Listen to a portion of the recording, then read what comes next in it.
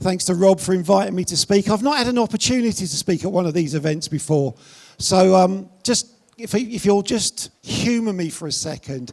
Can I ask you if you put your hand up if you're an operator? Because I know there are speakers and consultants in here. But I'm just looking to, because I can look at you then when I'm talking about the content. That's great, thank you. Solihull, centre of the world. Just spent the last 2 months travelling the US and large parts of Europe, working with clients and presenting at different conferences. And every time I posted I was in LA or Chicago or Prague or somewhere, Rob would post something that was like, Independent Gym Owners Event, Solihull, centre of the universe. So here we are. My session is, the spin that I'm taking on this afternoon's session is obviously retention relative to independent operators. Now, I'm not well known for the work that I do with independent operators. Most people, when they think about the clients that I have, include these types of companies. These are big companies. If you're familiar with like the first with the little red box, Midtown Athletic, their club in Chicago costs $60 million to build. And their restaurant does $4 million a year turnover. And they've got more than one club. Not in Chicago, but they've got more than one club. Obviously, some iconic brands up there like Gold's, also work with World Gym. But I work across the UK and Europe, across Asia and in the US. Don't tend to do too much in South America. Don't tend to do very much in Africa. But I've been in the industry 33 years now, so I know we've all been saying today, like, how long you've been here. Came in as a gym instructor, worked my way through, fitness manager, personal training business, general manager of both public and private sector clubs, and then spent 14 years training people to be personal trainers for the YMCAs in London. Stepped aside because I wanted to study academically, ended up doing a master's in exercise psychology, another one in research science, and my PhD is in the application of behaviour change techniques in fitness environments. And I'll show you a couple of slides on that as we go through. But I'm working with all sorts of operators, and you know, what I decided to do was all the logos that fit in a square would be on the first slide, all the ones that were really long would be on the second slide, just because they look just a bit more uniform. And some of those operators are here today in this room, some of the independent ones particularly. The smallest business I work with is this top one at there, black square with a star in it, Pearly Amateur Boxing Club. Has 200 members. And I work with them on a routine basis to help them understand that they can get better as a business. I have a vested interest in that business, both financially and it's the place where my daughter is a kickboxer and boxer. So I want the club to do well because then the club survives, she gets better quality training, the club grows. Darren, who owns the majority of the club, you know, he stays in business and I've got a routine that I can fit into my life. The biggest organisation I've ever worked with is the World Health Organization. I was asked in 2019 as a specialist consultant to work with the World Health Organization, helping them understand how they can work with the fitness industry globally. The World Health Organization does not work with companies, it only works with governments. But pre-pandemic, they were interested to know how could they collaborate with organizations like us to improve health around the globe. And so I was invited to Geneva and spend time with them. And I was in the room with Apple and other big technology companies and lots of other sports brands like Nike were there. Really interesting from my perspective. The World Health Organization, almost all the time I was there, talked about physical activity and sport, physical activity and sport, physical activity and sport. And I had to keep interrupting Professor Fiona Ball and saying, and exercise, because it's not really on their agenda. It's like, get the mass population being more active, more mobile, or get them playing sport. And there are lots of big organisations like this that are not thinking about us as a solution. We think about ourselves as a solution. They don't necessarily do that. Now, this is how I think most businesses think about retention. It's that head in the sand, it will get round to it at some point. Now, I'm involved in two businesses. The one that most people are familiar with is a business called Retention Guru. I always get introduced as the Retention Guru, as if I write the Retention Guru. My business is called Retention Guru, but I never go around going, I am the. I go around guruing, but I never call myself the Retention Guru. The other business I have is called Company B, and Company B is a collaborative business with some partners of mine where we're working on other aspects of the fitness industry, particularly around software and technology solutions. And I'll talk about them a little bit later. These are the ways I talk about it, or I understand that you can grow your business. You can attract new members. I don't do anything on that. There are plenty of people here, I think Fitness Marketing's here, there are other organisations that are here that do how to attract, how to sell new members. I'm interested in the bit that after they've joined. I'm interested in the bit on how can you keep them for longer. I'm interested in exercise adherence, customer experience, behaviour change, interaction, anything that's going to have an impact on keeping your members in your clubs for longer. And when I say longer, I mean weeks and months, not hours and minutes. We can retain existing members. That's what I'm interested in. You can recycle your own members, which is actually very common. Something that people don't like to talk about is you can recycle other people's members. And that's just basically people coming in and go, I used to be a member of them, now I'm a member, I want to join you. So you can recycle others. Very difficult to do marketing campaigns on that, though, without starting a war. And you can sell more to your retained members. One of my clients in Australia, World Gym, 35 locations.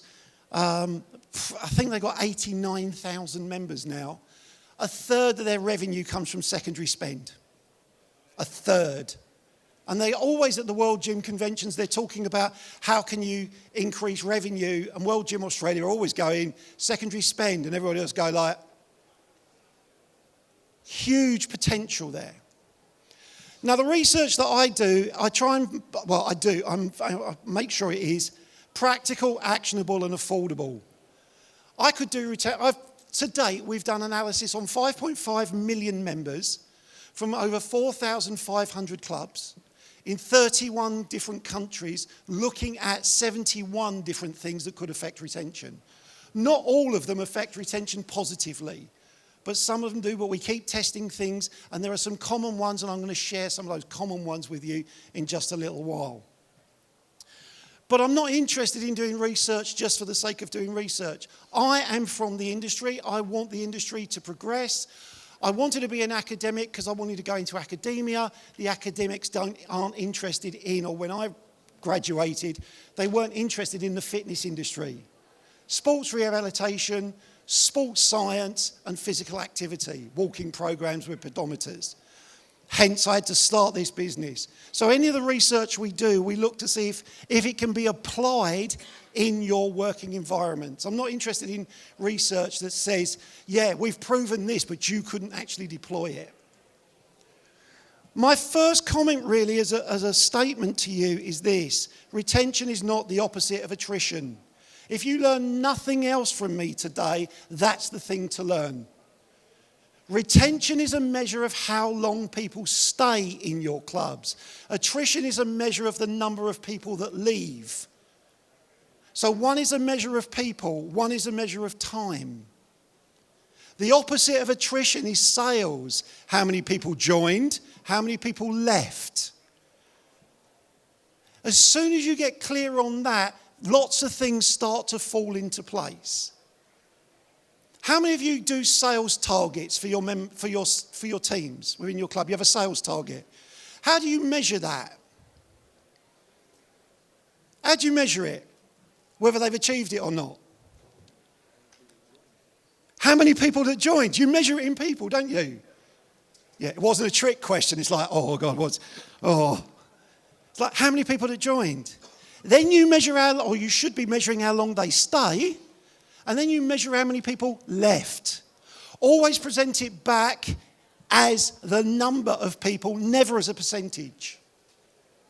Because percentage hides the true effect, and that percentage at the end can go up and down based on your sales figures independently of your attrition number. And if you were presenting your sales, how many of you present your sales figures as a percentage of membership? No one. You present it back. We sold 6% of membership this month. Yeah, no, that's fine. That's why I was just checking. Who's ever heard of anyone presenting their sales as a percentage of membership? No one. We do it as people. We had a target of 100. We sold 101. We don't go, we had a target of 100% and we sold 101%. We talk about it in people. So make sure you measure your attrition in people. For the time being, present the percentage alongside the number. You'll realise within the first few months, you start ignoring the percentage and just look at the number. Okay. 2 clubs, you've got to choose. Which one of these 2 clubs do you want? They're identical in staff, price, in every single way, except in Club 1, when 1,000 people join, they stay 3 months, and at the end of 3 months, they all leave. In Club 2, 1,000 people join, they stay 12 months, and then 1,000 people leave. By show of hands, who would like to own and run Club 1? No one. There's usually one weirdo that goes, me. I like the challenge. Who would rather have Club 2? Club 2 makes more money per 1,000 members. The key metric you should be following is length of stay. How long do they stay? Because look at that. They both have the same attrition. They both have the same attrition. Now, here's one of the challenges that often happens when people measure attrition as a percentage. This is where they are. Let's say this is a different study, and the top one is where they were when they started. They put a new process in. They run it for 12 months, and for the first 12 months, that percentage looks lower. Then at the end of 12 months, it pops back to where it was. Because instead of those 1,000 people cancelling at 3 months, they cancel at 12 months. And they go, oh, look, the attrition's gone back to where it was. Let's scrap that. Because it didn't work. Actually, it did work for 12 months. All you're doing when you're lengthening stay is kicking attrition down the road. That's fine. But focus on length of stay rather than just on percentage of leavers. This is called a survival curve. It's a way of measuring time to event. It's used in medicine, engineering, life insurance, all sorts of things. Across the bottom is time since joining. So it's month 0, 1, 2, 3, 4, so on. Up the vertical is the percentage of members. Let's treat it as 1,000 because it makes the maths easy. But when I'm working with a club, that would represent their total membership. You can see on this slide that at 12 months, 44.6% of the members are still members of the club. Which would equate to, if that was 1,000, 446 people. Which means we've lost just over half of them. And by the time we get to 24 months, we're down to 222 people. Now, we can split this by any electronic variable that you collect. Age, gender, membership type, promotion, onboarded, not onboarded, joining fee, all of those things. And we look at as many of those things as we can. We look at the distance between when someone joined and when they first visited. And the amount of time, so we can split that up between 1 day, 2 day, 3 day, 4 day. And what we know is the longer it takes for them between when they join and when they first visit, the greater the likelihood of them cancelling early. So we can measure a lot of these things. That is a pretty standard number that I see all the time. Good clubs are up in the high 70s. So good clubs are up in the high 70s. Occasionally I see it much higher than that, but very rarely. So when I'm benchmarking clients and I'm looking at data, if they come into me as a client and start at this point, I'm going to try and move them up 5% at 12 months each time, but looking to see if I can get them up to 70%. Because I don't believe we can keep everybody forever. But we can keep them for as long as they want to be members, and we need to make sure they get value from membership. If I want to work out the average length of stay, I go up the vertical to 50% and I draw a line out until it crosses my decay line. It's the median length of stay, it's not the mean. You can't use the mean length of stay in this type of statistics because not everybody's had the same amount of time to be a member. You've got people who've just joined and people who've been members a long time. When we do it, we don't usually do it any more than about 36 months. If you've been open 20 years, it just drags the line out. It's a bit like a guy line on a tent post, that if you pull it further out, it flattens everything out. So we look at what's going on now rather than what's gone over the last 20 years. The other data that's on here, and this is a club that I work with in Chicago, not Midtown, it's another business. Down the bottom, I know for some of you it's a little bit difficult to see, it says total number of members, 28,948. That's not one club, that's multiple clubs. Their average length of stay, the retention at 3 months is 92%. The retention at 6 months is 80, 12, 61, and so on. I know that their average cancellation per 1,000 members is 39 members per 1,000 members per month. Which sounds like a mouthful, but you multiply that by 29, because that's a rough 29,000. So you multiply it by 29, and you actually get what their minimum sales target should be. Because if that's how many they're losing each month, we know how many they need to replace just to stay the same.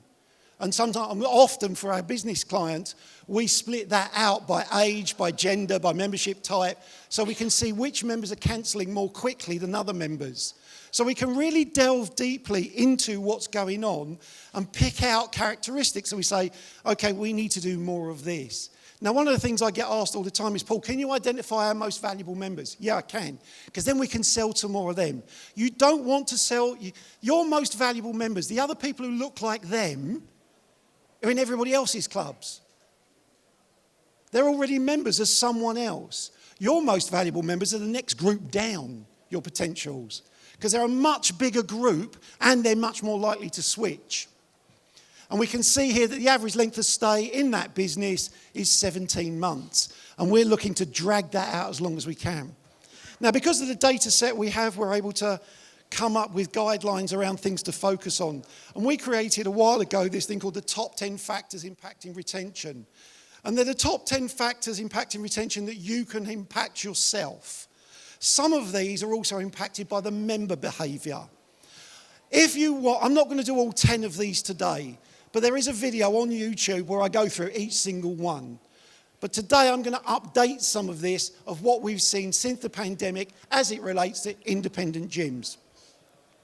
They are in order of importance. So visits is number one. Because if they don't visit, it doesn't matter how good your staff are, how qualified they are, how beautiful your club is, how great your programming is. They're not coming. You need them to visit, and you do not need them to go to sleep, as I'll show you. Let me go through some of those. So visits and visit frequency. This is something that I use visually to get some data across, or get the idea across. We took a sample of 1,000 members from a club, and we looked at how often those members visited. What you can see is right at the top, and I try and be a little bit provocative because it's more memorable, is that the people who come more than 3 times per week only represented 5% of the membership, and I call them hardcore. The next 5% down, they're the enthusiasts. They're coming 3 times a week. Regulars, twice a week. Triers. I call them triers because they want to come more. You know, they come twice a week. I'm really going to try and get to come more, but they never do. Those are the once a week. Then I've got the occasionals. They're coming less than once a week. And if you ask yourself the question, how can you come less than once a week? You come less than 4 times in a month. So we measure in months most of the time rather than in weeks when we're looking at behaviours. And then the sleepers. In this club, it was only 11%. I can tell you, after the pandemic, they bounced back to almost 80% of members attending within the first 3 weeks of reopening, because they had so few sleepers before they closed, because they were really well engaged with their members. Oh, sorry, didn't finish with that. You can see in the box I've used the term swingers. I use the term swingers because the triers and the occasionals tend to swing from one to another. That red line is very important in relationship to your retention, that red dotted line. It's the line we call the at-risk line. We know from the data, and we see this all the time in every business we do, people who come less than once a week are more at risk of cancelling. In this club, that's 31% of people who are still visiting, but not visiting frequently enough. They're at risk of losing. Who in here could afford to lose 31% of their members this month? No one. And I'm not suggesting that you would lose all 31% in 1 month, but these are the people who are most at risk. Your role really initially is to get the occasionals to be triers. Now I know, who in here has got a gym or they've got a background in training? So I was a trainer, I was a personal trainer. Who's now running a gym and they were a trainer and have a training philosophy? And that's cool. I really struggle with them only coming once a week because I know they need to come more than once a week to get their results. But I know this, as long as they're coming once a week, they tend to stay. So with my business head on, I need them coming once a week. With my trainer head on, I want them coming every day, twice a day, sleeping correctly, eating correctly. I'm not going to get it. Not with a huge proportion of members. So we call those the swingers. So my suggestion to you is, when you get back into your clubs, go and work out what this looks like for you. Because you do not want high levels of members who are using low visit frequency or not using at all. So this is a study all done on independent clubs. It's over 600 clubs worth of data. It's over 1 million members worth of data. And just so you understand what you're looking at, it's the behaviour after the first 12 weeks. The red section are members who we call high risk, who are visiting less than 4 times per month. They've only been members 12 weeks and they're already visiting less than 4 times per month. We went to all that effort to join over 1 million people, and within 12 weeks, 821,000 of them aren't using the club frequently enough to be retained. And when people say to me, our club's not like that, I go, give me your data. And then they go, shit. Excuse the language. Someone else swore earlier, so I'm just continuing. You've got, 8% who are moderate risk. They're coming once a week. There's a small percentage, or 10% in this sample, that are low or very low risk and low risk. Start looking at how often your members are coming in and check that they're coming in at least 4 times per month, and look at that in the first 12 weeks. This is why, if you listen to my stuff, when I bang on about inductions and onboarding. I don't think you have to do an induction for every new member. I really don't. And yet that was the focus of my PhD. But I think the ones who need it should get it, and the ones that don't should still meet a member of staff.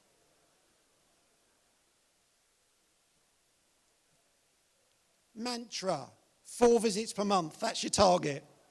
In fact, when you're suggesting to people how often they should come, your thing should be, you need to be looking to come 4 to 12 times per month. Give them a range, don't give them an absolute. Because then they can still be successful if they are in that range. If you say come 3 times a week and they come twice, they focus on the one they didn't do, not the 2 that they did. So give them a range of visit frequencies. This is what it looks like in terms of retention. Red line is those low visit frequency users. 29% of them are still there at 12 months.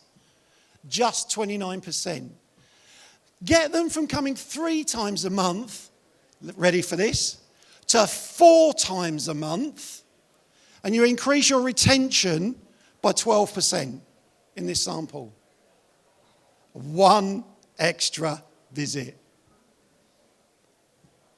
One extra visit.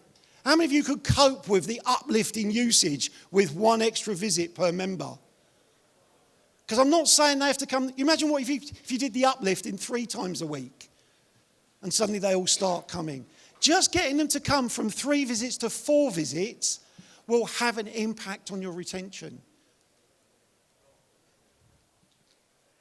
Look where you get to when they're very low risk, up to 50%, and that's just based on visits.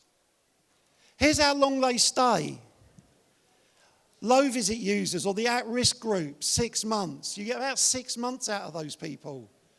One extra visit will get you an extra 6 months.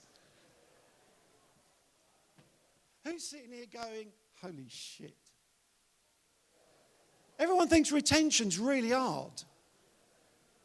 And friends of mine who are here that are other suppliers or speakers are like, you're going to do the same presentation you always do, Paul. I went, yeah. I said, and then when people take action, I'll teach you the next bit.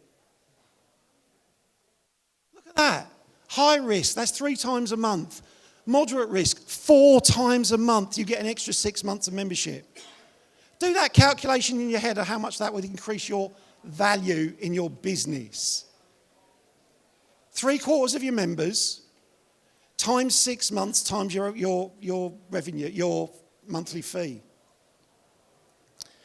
When they turn up, it was said by several people this morning, I was really pleased to hear it, interactions. Interactions, guess what? Drive visits. Who do we speak to? The ones who visit most frequently. Because they're easier to talk to. Who here's gone and talked to somebody they already know when they walked in? They saw someone they recognised and made a beeline for them. It's the natural thing we do. And in fact, the people who visit more frequently are the easier ones to talk to. It's a little bit old now, this data, but it still holds up. We've tested it a few times since we originally did the research. If I speak to you once in, we're in December now, aren't we? If I speak to you once in December, the chances of you turning up in January go up by 20%. If I speak to you 2 or 3 times in December, the chances of you being here in January go up by 50%. If I speak to you on 4 or more occasions, which does require 4 visits, chances of you being here next month go up by 80%. There's one type of interaction that if I have it with you, because I have rapport, I get a commitment for a next visit, and you actually attend, one interaction, 74% more likely to turn up next month. Which we mostly do with the ones who are turning up anyway. We have those types of interactions with the ones who are already frequent. That's what it looks like in terms of survival curves. At 12 months, that's a 44% difference between people who remember being spoken to and people who don't remember being spoken to. What do you talk to them about? Them. You talk to them about them. You're curious about them. How is your training session? How is your workout? What's your goal for today? What's your goal for the month? What's your goal from training? They know the answers to those questions because it's about them. Does everybody need to be spoken to? No. Some people in this room, I can look at them at the back of the room, do that, nod, we've made eye contact, we've made a contact. I don't now need to go over and talk to Rob. I've made eye contact with Rob, and that's all Rob needs right at this moment. It's probably all Rob needs from me ever, but social and community. Social and community, really, really important. One of the things that wound me up last year, I went to a lot of events like this, but not this one. And I hear it all the time. We're a community gym. We're a community gym. Every gym's a community gym, whether it's a corporate business or an independent. Because everybody in there thinks they're a community. We do different things to create communities. Some of the things we do are really strong, moving us in the direction of creating a community.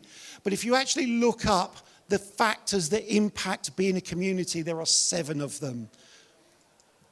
Here's the difference between having a membership and a community.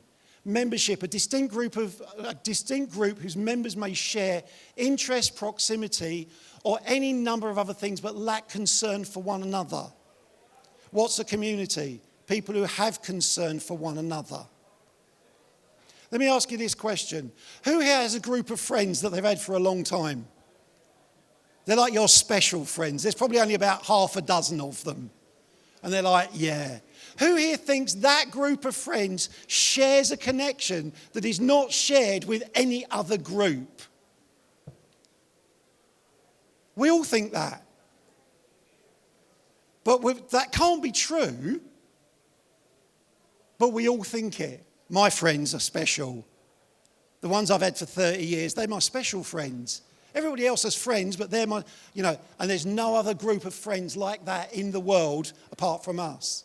It was written by, there's research on it by a guy called Professor James Fox, in his book Physical Self, where he talks about how the physical self has evolved into having a value over the last 50 years. Previous to that, your honour, your integrity, and your honesty were the things that you were characterised by. Now we're characterised by how we look and how that has a value. Community, down there, concern for one another's welfare and share social connectedness.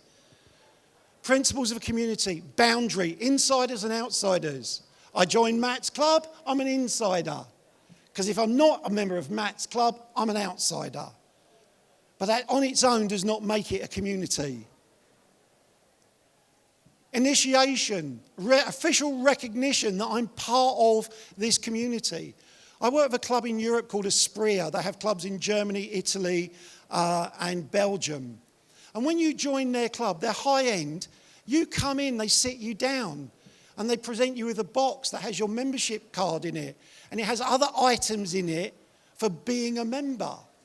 And they congratulate you. It's not part of the sales process. It's after the sales process on your first visit. They bring you in. They ritualise the onboarding. There's rituals, both formal and informal. These are the things that we do that make us or set us apart. Who in their clubs have what would a ritual be? An example of a ritual. Clearing the weights up. Is it a ritualised behaviour in your club or not? And I'm not saying the only way to create a community is to put the weights away. But it's a behaviour that everybody does. CrossFit have managed that. Whoever the fastest people through the workout of the day is, finish and they wait for the people who are going slower and they clap them through it. It's one of their rituals. It sets them apart. It's a temple, a place for us all to come together. I'm not sure that temple's the term I would use, but that's the term that is used. Stories, we share and learn from how others have done it. Now, I've already mentioned him once, so I am going to mention him again. But Rob, who's got Progress Gym, I follow Rob on Facebook, and the pictures that come up, 5-year member, 5-year member, 5-year member, 10-year member. What's that saying to people who've just joined? It's normal to be here 5 years. And some exceptional people are here 10 years. So we're sharing stories. Here's the story of the person that's gone from this to this. And they're not all stories of performance in terms of biggest lift, although I know Rob has some of those. But it's also, weight loss or personal achievement, change of mindset. Symbols, reminders and identity of values and commitment. They can be T-shirts, caps, different types of membership cards. There's a whole range of things you can do here. And then the inner ring. The inner ring are those people who come all the time that you talk to. The outer ring are the ones who come all the time and you don't talk to, in this example. So look, how many of those things can we do to create a community? And we're nearly there, but we're not quite. Then you have to look at inductions and onboarding.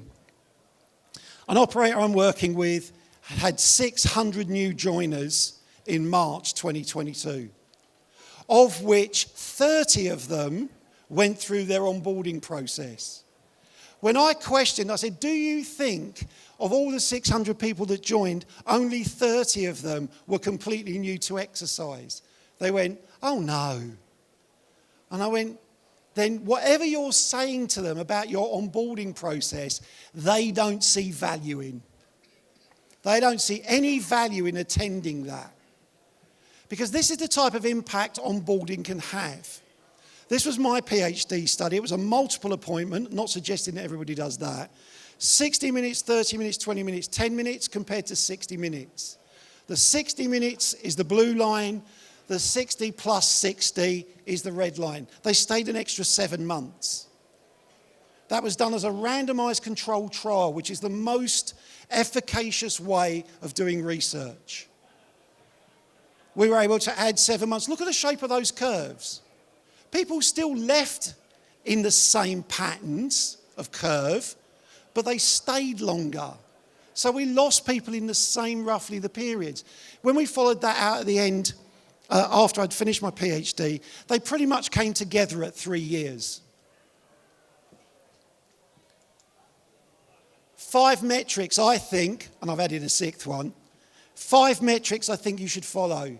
Retention, in terms of what that curve looks like. Because if you just plot percentages, you can't plot them on that type of curve. Because you're not actually measuring it in comparison to length of stay. Lifetime value, median length of months. Attrition as a number. I also break with my clients down attrition into, of the 100 people that left this month, how many of them ended their contract? How many of them left early? How many of them left in the first 3 months, 6 months, 9 months, 12 months? Because just having one figure does not tell you what's actually going on in your business. It just tells you the total. If it's 100 people that have all been with you for 5 years, maybe you've upset them or changed your marketing and brought in another group. I can't remember who it was this morning said about bringing in a young, was it Neil? You talked about the young persons group, bringing in the younger, was it you talked about young persons? Juniors? I'm pointing at you, but I'm not, oh, sorry, apologies. I couldn't see from the back. I ain't got my glasses. But sometimes when you bring in a young people's group, it changes the dynamic of the club and the long-term members go. But you want to break that attrition number down into things that actually indicate what's going on here. Because if you lose 100 people and they only joined last month, something's going wrong. If 100 people left and they've been here 5 years, maybe that's just natural attrition. Monthly active users, I'd want to know that, and I'd break it down in the ways that I showed you. Net promoter score, I would do that either monthly, sometimes daily, but daily doesn't add up. It's difficult to explain daily. I might do it daily, but I wouldn't measure it daily, if that makes sense. And I'd accumulate those numbers over a period of time. And if I can, I'd measure the interactions that people are having. And the simplest way of doing that is if someone's leaving the club, you just say to them, when you're in the club today, did someone speak to you? And if they say yes, you put a tick. If they say no, you put a cross. If they say no, but I didn't really want to be spoken to, you put a cross. You do those types of things and very quickly you can accumulate and compound the effects of things. We know that someone who books an appointment is 10% more likely to be spoken to while doing an activity. Because they're likely to be spoken to by the person they booked the appointment with. We know that if they were onboarded and they needed the onboarding, likelihood we can add an extra 7 months to them. So we can get an accumulation of effect. You can't get an add-on effect, if that makes sense. If talking to someone adds, let's say 7 months, and onboarding them adds 7 months. If you talk to them and onboard them, you don't get 14. You don't add them on like that.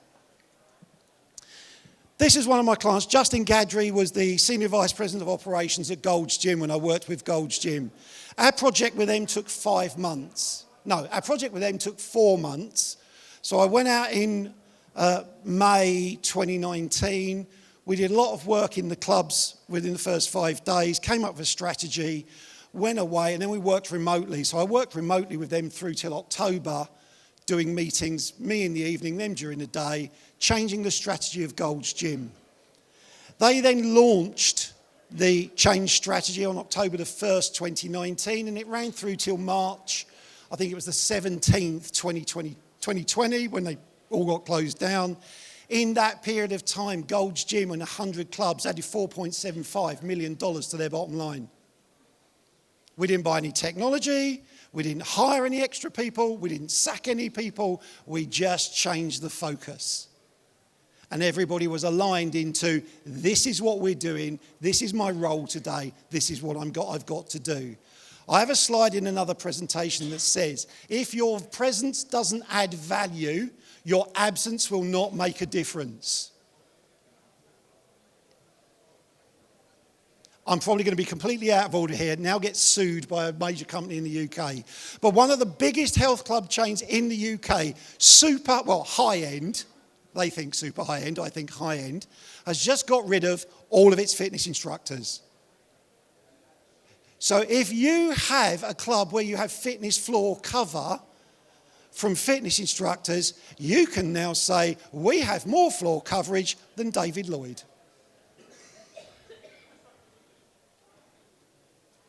Because David Lloyd are now using their personal trainers to do the activities their fitness staff used to do. And they've got rid of them nationally. You can have an impact. You can have a massive impact. We changed Net Promoter Score here by about 30 points and got an extra 80,000 people giving them 9s or 10s because of the experience they had when they joined. So what's your retention strategy going to be for 2023? Is it going to be that? We know times are going to get tough. There's no denying that. There's no getting around that. But you need to take action. Now, I mentioned at the beginning of this session that I have two businesses, Retention Guru, which is all this analysis and private consulting, and Company B. Company B is our new online training delivery content. So everything that I teach to my high-end clients, we've broken down into simple monthly tasks. Here's examples of how to do an onboarding. Here's examples of interaction. Here's examples of member drives. Anything that we know works to improve retention, we'll do what we call monthly missions. Plus, we've got loads of content on the 4 key areas staff need to improve on: interaction, customer service, behaviour change, exercise adherence. Because retention's an outcome. Retention's the outcome. The behaviours drive retention. So those are the 4 key areas that I think staff need to be familiar with in order to improve retention within the club. Now, if you're interested in that, email me. If you use the QR code, it takes you to my website for Retention Guru, and there's loads of content on there that I share. Some of you I know follow my lunchtime lessons every day, because people are coming up to me and go, I love that lunchtime lesson, I love that video. We share loads of stuff every day. But this is going to be something separate to that, so you probably need to email me and go, actually, we're interested in that, Paul. So it's an affordable way to have me help you in your business without me charging you lots and lots and lots of money just to answer your calls. I thank you for your time this afternoon. And I look forward to any questions if we have any time. I'm looking at Rachel. I just saw you jump up as if I'd caught you out. How long am I over? You've got 5 minutes. I've got it on already. Right, who's got a question? Okay, back there. I'll need that. Oh, I'll go at the back because I need my maps. Right, who's got the hand up? Mike. There Thank you, you go. Michael. Thank you. Hello. Hello. Thank you, Paul. You're welcome. So, main question, all the study you have done until now, it seems to be on a physical level, interaction. Yeah. So based on visits and interactions. So do you have any data that you collated around the digital aspect and how we're moving to... Yeah, we can do lots of things digitally that we couldn't do before. Sorry, thank you for that. We can do lots of things digitally. We can interact digitally with people, and there are different software systems that we've had in the past that could do that. They are having a bigger impact now than they used to have. So we're becoming more comfortable with interacting with businesses digitally, often they can't do is solve any problems clients have. So we can do the digital interaction, great to see you in the club today, when are you in next? We can do things like that. But so that thing of actually looking at someone and going, are you all right? That has to happen at the time. That can't be done later digitally. So, yeah, I do have lots of that, but it's all in big companies, not in independents. So I chose not to share that today because I'm thinking a lot of you have staff rather than a lot of the big operators I work with, they're cutting staff left, right and centre. Hopefully that answers your question. Anyone else? God, I'm glad you saw that because I didn't. Good. Thank you very much. Oh, lovely. Nice. Firstly, thank you, Paul, for quantifying some really useful bits of information. I know you mentioned about an interaction is variable depending on who it is. Yeah. Like, or it might just be a wave or a conversation.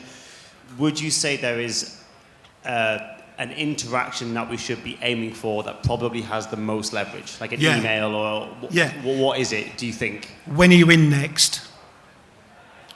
That's the interaction that you should be having. What if they're not in? If they're not in, courtesy call. Not a low visit call. You don't ring people up and go, you haven't been in for a while, what's up with you? Because they get defensive. We react, it's called reactivism. If someone asks, at home, if my missus says to me, why haven't you washed up? I react. I'm like, oh, well, and I give her excuses. If we ask people why they haven't been in, they often go, oh, well, and they justify it to themselves while they're justifying it to us. So you do a courtesy call or we're just reaching out to see how you're getting on. If they say, I've not been in, you can take it, you can have the conversation. But it's the elephant in the room. So if you can do calls, one of the things we do is we go, send a text message before you call them. And go, I'm going to call you in 10 minutes. It's Paul from the gym. Just letting you know this is my number. So if you want to ignore me, you can.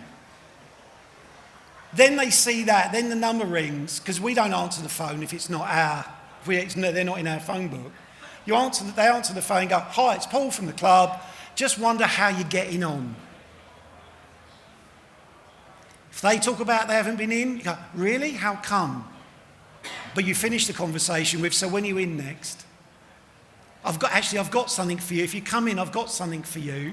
That's really why I was calling in the first place. And you give them a water bottle or a towel or some sort of, inexpensive giveaway. But just don't let them go to sleep. Because even if they come 3 times a month, we've got data that shows even if they come once a month, they stay longer than if they don't come at all. And then we have another pandemic or we have a flu thing or we have something and boom, they all start cancelling. One of the things I would encourage right at the moment is get people to visit more. Come in, have a shower here. There's a minute cost to you in terms of the cost of the water, but you're having to heat the water anyway. I know there's some people who've got really big swimming pools. Get more people swimming. You've got to heat the pool anyway. Get more of them in it and using it. But get them to visit. Hopefully that answers your question. But you can do emails, but just don't ask them why they haven't been in. Any others? Dina?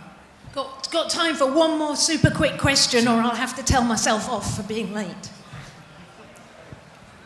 Yes, it's just Dina. following on from what you've just said about courtesy calls. So we changed it to doing it that way after your visit. Would you say there's more value in doing those courtesy calls at 3 visits rather than waiting for them to be a non-user? Oh, we tend to do them if they've not been in for 17 days.